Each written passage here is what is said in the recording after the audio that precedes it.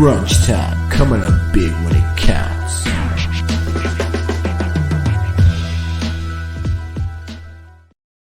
What's going on, ladies and gentlemen? Welcome to Crunch Time.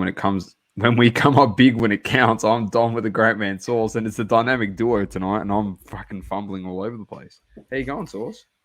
Good, mate. Good. No Lukey this week. He's no Lukey. in an undisclosed location. Yeah, look, leave of absence, but he'll be back next week. It's all good. We've got it covered. Definitely want to keep bringing the consistent content as much as we can. 100%. And yeah. So what have we got on the agenda? It'd be a nice, quick one, Sauce. A bit of crypto talk, a bit of NFT talk, and then fire or flame. I've got some card chat as a fire, and then I don't know if you're going to bring a flame or a fire to finish off the show. So, but where we will start, Sauce, is obviously one of the biggest television events on planet Earth that goes for one day and one day only, and that is the Super Bowl. One day every year, all eyes on one of the biggest sporting events to ever grace this planet. People in Australia actually take a sick day on that day when it's not an RDO or a roster day off, which is the first Monday of every month, to go watch the Super Bowl. That's how big it's actually gotten here. As I told you, I've been down to a number of Super Bowls on a Monday, 10 a.m. in the morning, sinking a frothy down at Sporting Globe or a bar, and it's pretty packed out. So especially for a Monday morning. So it reaches the world. It definitely does reach the world. It is and massive. One thing that is also not just obviously the game and the halftime show, but the other aspect of the Super Bowl that has all eyes on it is the commercials, the ads that run during the Super Bowl. Obviously, because there's so many people watching it, they put a bit more of a Hollywood production on some of the ads that run during the time big slots. Names. Peyton Manning, big feature during the halftime ads. But I was watching the game on the Game Pass, so you get all the American ads. It's a bit different. As you know, it's entertaining. Gary V has obviously had a Super Bowl ad before, and he says it's one of the best marketing slots you can ever have because there's so many eyes on it. So he's someone that is a big proponent of Super Bowl ads. But this year, in flavor with Crunch Time and where we're heading with this topic, crypto decided, and NFTs, they just decided we're going to infiltrate the Super Bowl Sauce and give us what? What did they give us? We're not going to play the whole clip, but this is what they gave us this. That Coinbase, you can't hear the volume, but essentially that's what it is. A QR code going across the screen, bouncing around a bit like it's you're playing Pong. You could say, the old Pong where there's the two paddles on the side and you bounce the little digital pixel in between it. One of the very first digital arcade games, essentially, with some, I would say mellow beat. Wasn't, and they had it really loud. If you had the game up loud, that the beat got louder. As it got towards that 60 seconds, Yes, it got louder and louder, so it really drew your attention.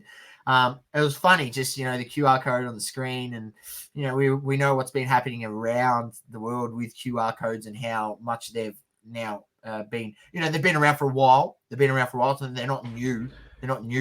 But just the way they're being used and utilized in society is at the forefront over the past 2 years.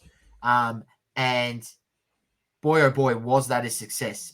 It was one of the best performing Super Bowl ads in terms of, it crashed Coinbase's landing page where the funny QR code led to, it crashed.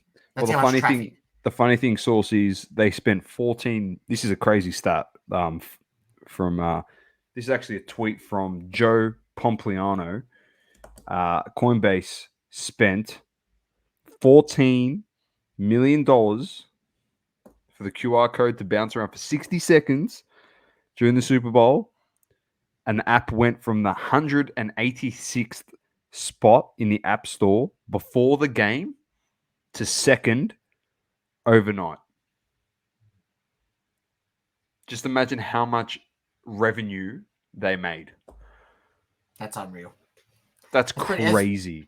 Yeah, that's pretty crazy. It's crazy. And the crazy thing is, crypto deniers. That's probably the best word.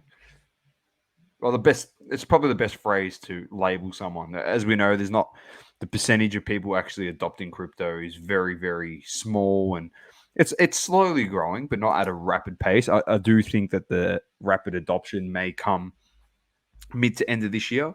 We start seeing a lot of it in your face a lot more. There's a fair few ads during this time. I think there was 6 or 7 crypto ads during the Super Bowl. Yeah. Man, it's just in your face. It's going everywhere. And they're all over sports teams. They're on sports stadiums. Teams. And speaking of sports teams, I can bring this up. This is like an example. Binance is the official fan token partner with Alpine F1 team. Another one is Tezos partnership with Manchester United. Arsenal's got sportsbet.io. He's actually a sponsor of Emirates Stadium. We've got crypto.com Arena. But this is the Manchester United one. It's a £20 million deal with the blockchain company. It's just for their training kit source. To have it as the major sponsor of their training kit. There it is. That's what it's going to look like for the men's and women's team. So, it's starting to really creep in. Crypto is usually connected to a parent company. Usually, it's not always the case. The one that we did want to touch on now, moving on from the Super Bowl, the reason why we use the Super Bowl as the starting topic is because we're just trying to point out how big of an audience it's starting to get spread to. Something that was a nothing thing is now becoming massive. As we know, it gets used for NFTs and stuff, which we'll touch on just a bit later. But what we want to start teaching people as well is about some of the coins you can be getting into if you're interested in doing that. And Saucey, as he does trade crypto, will be able to get up a chart and do some charting. Unfortunately, for people that are listening, it may not make too much sense because you can't visualize it as Saucey does draw it out. But if you do watch it on YouTube and you are interested listening to the audio, feel free to skip the section when we do get to that. And when you get home, feel free to jump on and have a look at Saul's actually doing the charting and giving you a bit of an outlook. But what we're going to start with is, funnily enough, what I invested in Sauce in 2014, flogged it off for Omi in 2019, I'm going to say. I made some profit. And then I've actually sold everything again. So I started with like 300 US. I've got up to like 800. I don't care about sharing it, to be honest, because it's just a whatever thing. I just put a bit in here and there and just top it up and try and get it a bit bigger and bigger. But I went all out in all my crypto and went into XRP late last year when it was around. Let's just be honest, Domma, you've made more than leaving that $300 in your bank for 2 years. Probably. Yeah, with a shitty interest rate of like nothing, or 2%. But here it is. That's what it's at now. XRP, I bought back in at 88 cents. People go, oh, you've lost. I don't really care. You're buying it for under $1. It could boom. It might not boom. They've had a few issues with, what are they called, Source? Oh, what are they called? Over in the States. Oh, my gosh. They were in the courts. Yeah, they've been in the courts. I'll think of what they're called.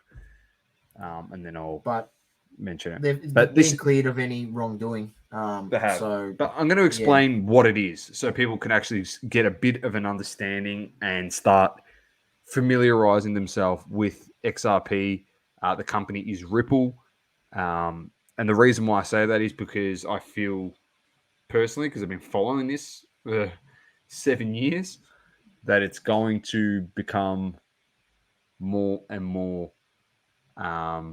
available in speech around like economists and stuff when it comes to crypto actually getting implemented within society outside of Bitcoin and Ethereum.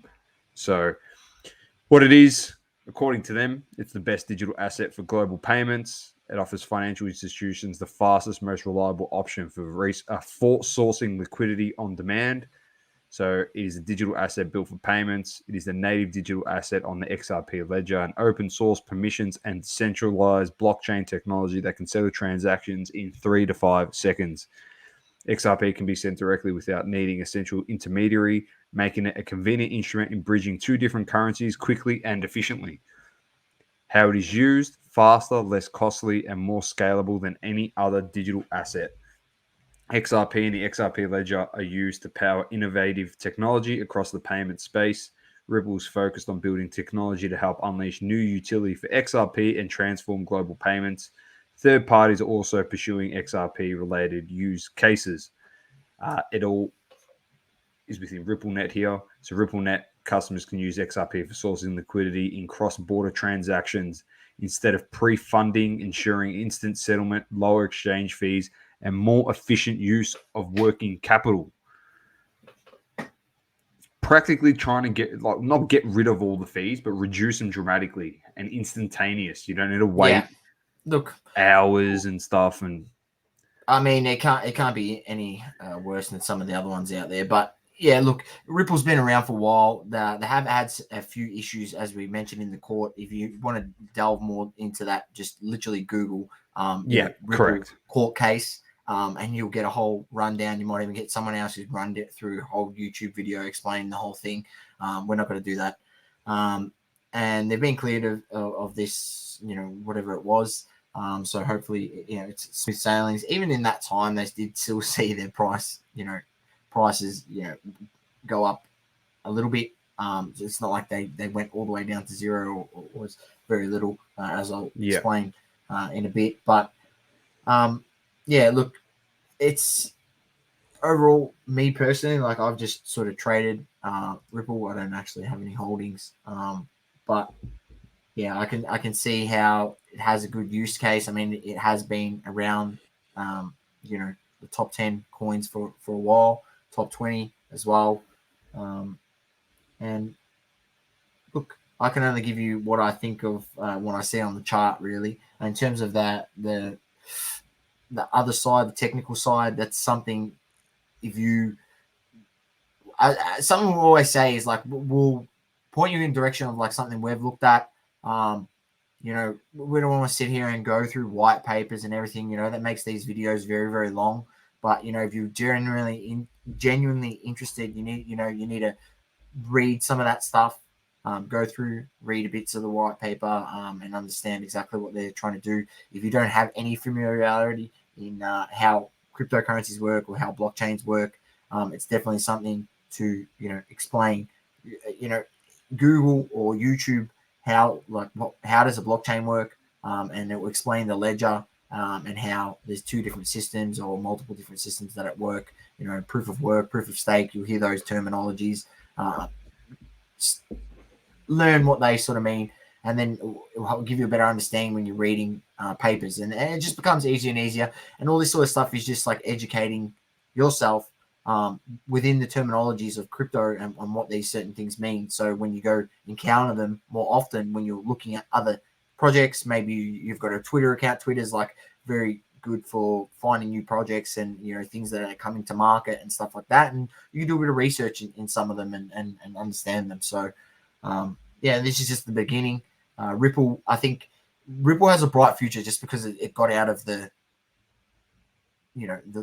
court case, and it didn't really, all right, they lost some legal fees, but they didn't really feel anything other than that. Their price didn't dip heaps, and if they can implement the payment system that they envision, as you read out before, Domma, it has a very, very, very solid use case. Essentially could And the whole the price of it is like people say, oh, for it to go up to like it's at 83 cents, and people like for it to get to like $1,000 or $5,000, they need to have an input of like there has to be like $14 trillion or some shit, or $15 trillion that needs to be pumped into it. But you think about it, if it gets adopted globally and it's had massive, massive adoption in terms of like money being dumped into it, just imagine if it's a global thing. I mean, Domma, What's to say it doesn't if you become buy like it at 83 cents or you buy it around Yeah. under $1 and it gets to, it gets close to $10, I mean, $5, you got to consider what you going in at. But yeah, it's no, but you think about it, like if it gets to that in the long run, then it could effectively, if we're talking about the future source, it could effectively be like the Dow Jones of crypto. it could be one of. Yeah, because it's actually like gonna affect currencies Maybe. and We don't know. maybe it's maybe it's all a I don't know, a predicting thing at the moment. You just but don't what know. we do believe is that crypto will get adopted throughout 100% society at some 100%. point. And I think it's going to be sooner rather than later. I think there's just like the way it's sort of being marketed. And I mean, that Super Bowl ad explains it all. I told you, end of the year source, you and start seeing it really, getting adopted. Domma, and if I just, the more people I explain people the things you can do, and how it's not that difficult, and I've explained it to some people. My cousins are a bit older than me, and I'm like, oh yeah, you could probably just like make this app, deposit X amount of money in there per week, just buy some coins. Once you got enough coins, if you can only afford X amount per week from your wage, then you can stake them, and then by staking them, you earn more coins, and then that will probably be more than what you earn in the bank if you just leaving your money in the bank, if you're just putting savings. And they're like, oh, that doesn't sound that difficult. I'm like, yeah, it's some things within crypto, if you don't want to understand all of that, there are other avenues to be able to be profitable and make some earnings, and earn a bit of extra cash, or at least make your money work for you. That's the one thing that people need to understand. Like, leaving your money in the bank is like one of the worst things you can do. It just it just doesn't serve any purpose, because the money doesn't work for you. So I mean, you need to have some, if you've got a house or something, you need to have some money in reserve, or something in reserve just in case your aircon shits itself or whatever it is, right? But you also then that excess, I mean, it's no good just sitting there and earning bodgy 1%, 1.5%, when you could probably stake some tokens, or learn how to invest some in projects, understanding white papers, and there's possibility to get in on projects early, get in on projects for $50 and buy a whole bunch of coins. And it goes outside of XRP. We're just looking at XRP today. We're just touching the surface of what we're going to bring to you. So without further ado, Domma, let's bring up XRP. I'll bring up a quick little chart. So anyone, this is tradingview.com. This is like the #1 charting app. There are other ones, or application that you use. All right. So as you can see, this zooms right out. This goes all the way back to 2018, but we'll just look at like the last sort of year of XRP. Pumped up when the market was going crazy. April. It's funny. April, March. What was that? What was happening in April, March in the card market, Domma? 21. It was going crazy. I think that was that around when the MJ went for 700. Yeah, probably, and that's around that period. And so everyone was celebrating. Everything was everyone buy Kevin Durant. He's going to win the title. Yeah, he definitely won the title. All right. So look, the way I'm looking at this is the daily. So each one of these candles here that you see represents 1 day of data.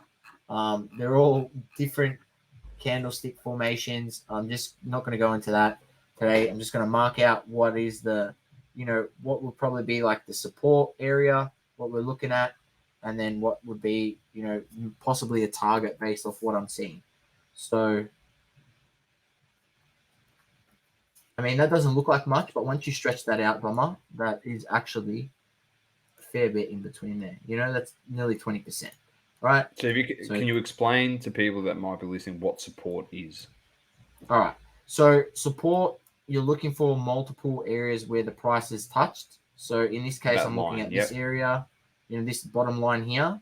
I'll zoom in, and I'm looking at like the most sort of recent, and then you always look left. So first point, then like second point, like prices sort of stopped there. Prices touched down here with these wicks. I'll get this little tool with these wicks here. Touch there. Prices touched there. Prices being stuck on this area here. It's being stuck there. It's being stuck there. So there's all those little points that you can identify, and that's your support. And it's the same on the resistance. So the resistance, the same thing. You can see the points here. There's one, there's two, there's three, and there's one here as well. So that's what I'm looking at, and then you're looking left and putting a line there. So you're sort of looking at this area saying that price is essentially in between, that support and that resistance. Now, what happens often is when a price breaks through that resistance or, drops through the support, the price will then like retest that area, and then it will either retest and go down or retest and go up. So that's that's what the basis of how a lot of people make trades. There's only one of many ways to understand trading.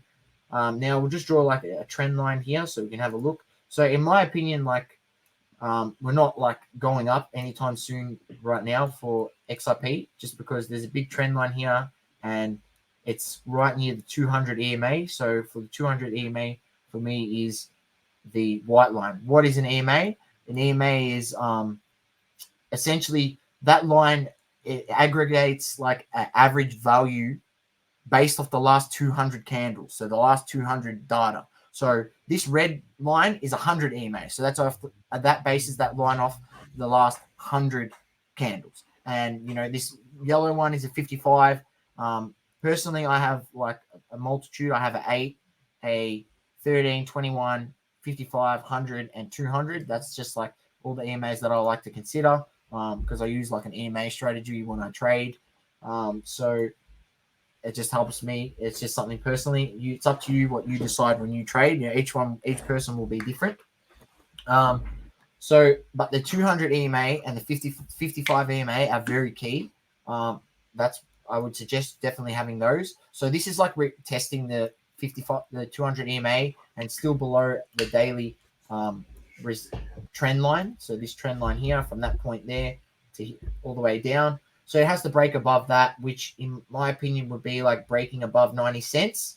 So you want to also, as you look left for support, you also can look right and be like, you know what? People would look at it and go, 90 cents is pretty key.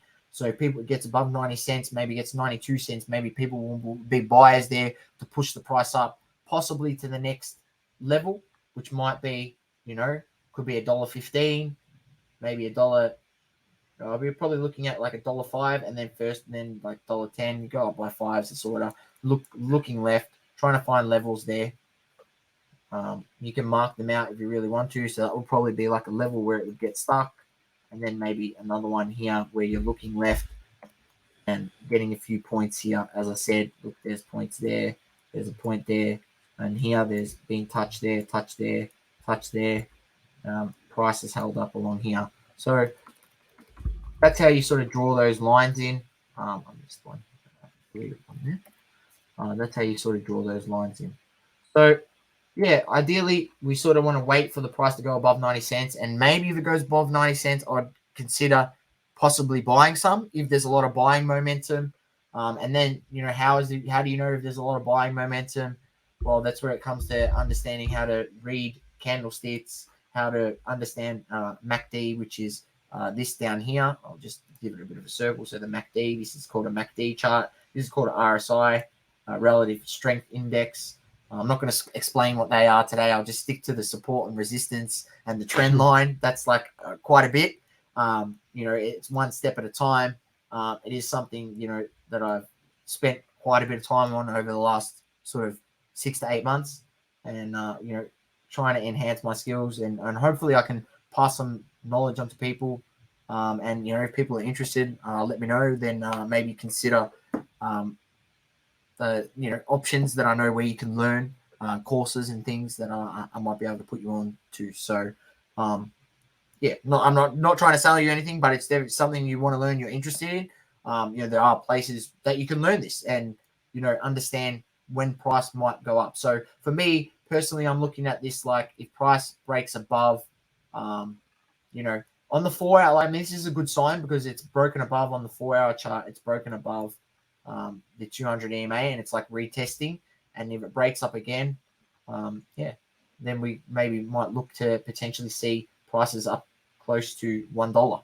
So, and then you got to think if it gets to $1, you can, if you look left, last time it was at $1, it pumped all the way up to $1.30, and there was another time here where it was at $1 and price got held up here. Look, you can see price was held up here and it went all the way up to $1.30. So, is there a good chance that if it gets to $1, it might pump to $1.20 or $1.30? Yeah, potentially. So based off what we're looking at to the left and looking at other data, but I never really look further or longer than the next sort of 20% in the coin, because as a trader, you're just looking for the consistent gains. The perfect trader here in this situation, if you're looking at this and you caught this move here, this is what you would look at. You would look at a bit of a pattern here where it bottoms out, starts making higher lows.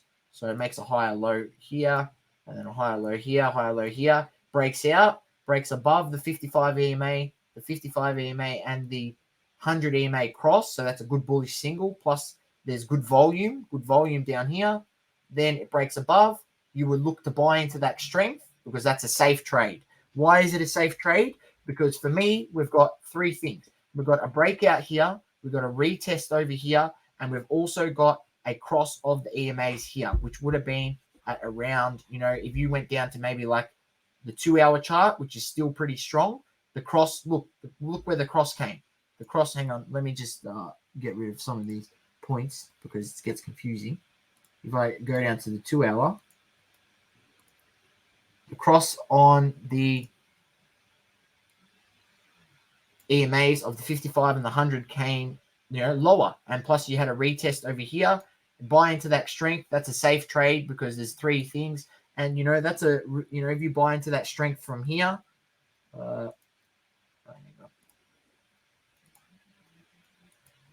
what's going on?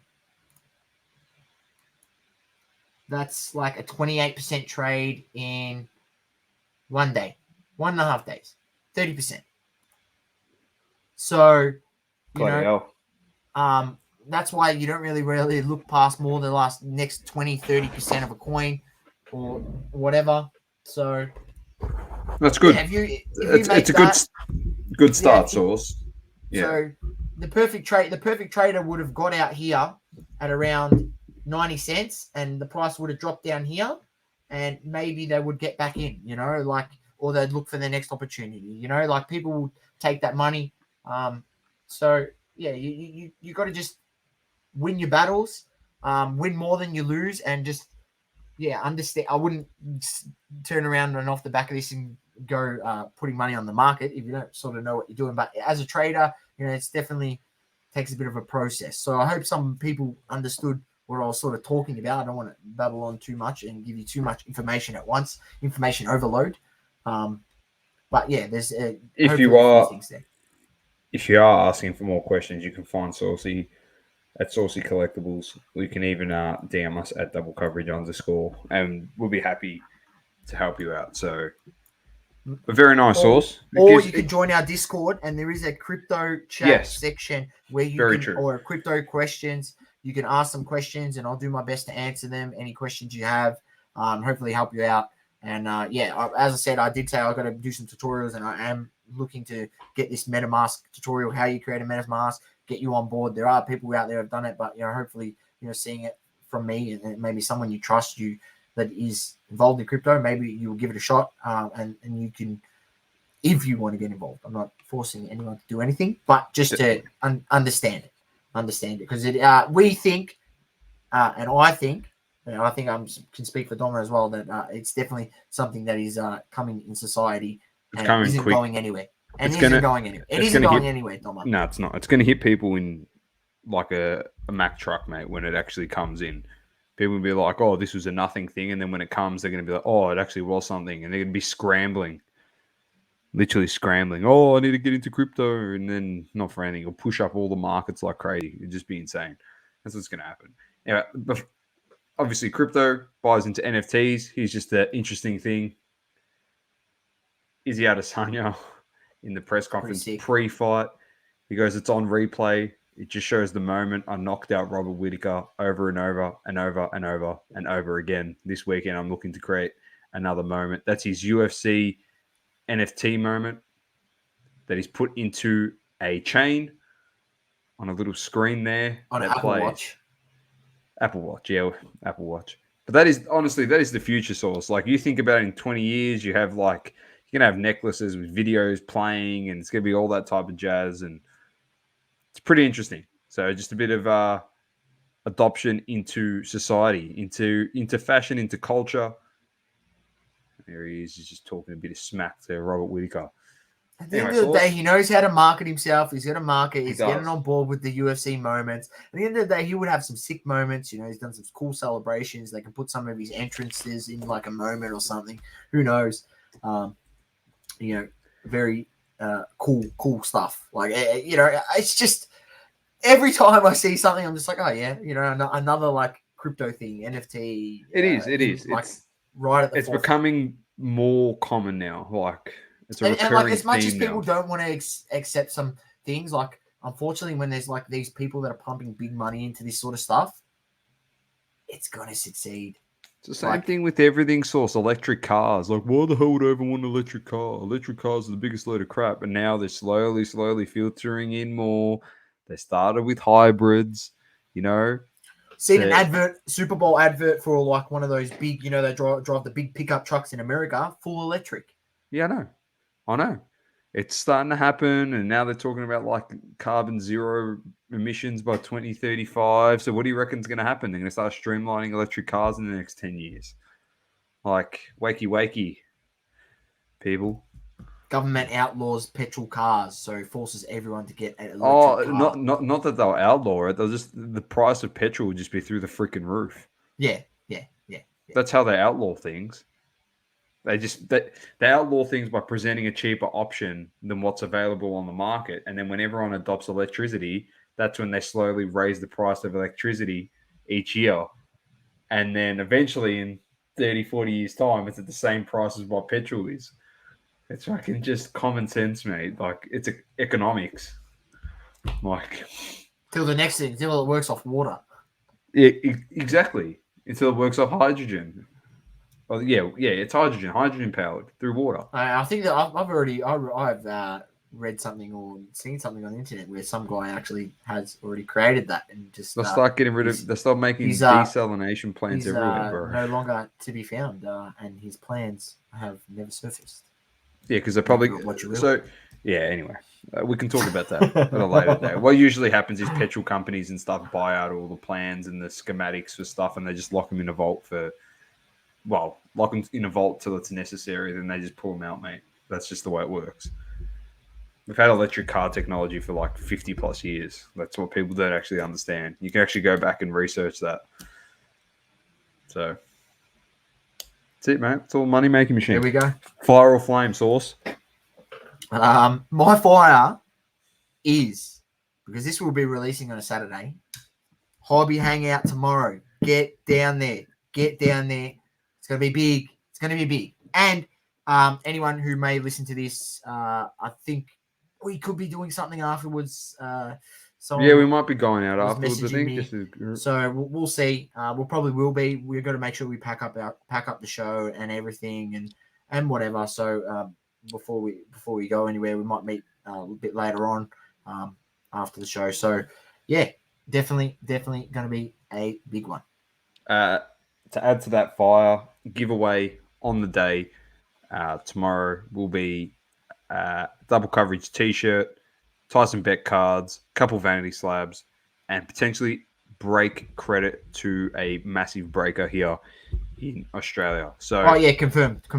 We got Confirmed? $200 break credits. bang!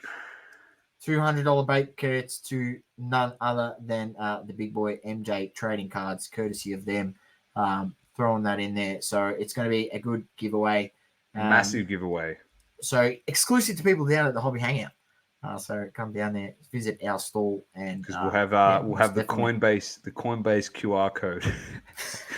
Yeah, we'll have our QR code there, and that's the only way you will be able to get access to it. So, Saucey's And don't worry, we do not track your data. No, we're not only alt. My That was so quick. That was so quick. my fire is prism variations on your favorite players, probably vets. That's one to color up if you want to start rainbowing, guys. I've actually gone 2019 prism for Isaiah Thomas from Detroit, from the Pistons. I picked them up. I picked up 4.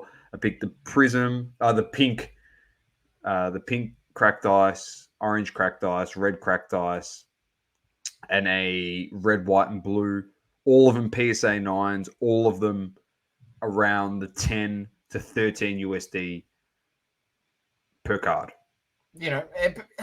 Graded. Great. They're all PSA 9s. All PSA 9 source. Every single one was graded. I mean, I think we spoke about. I'll touch on.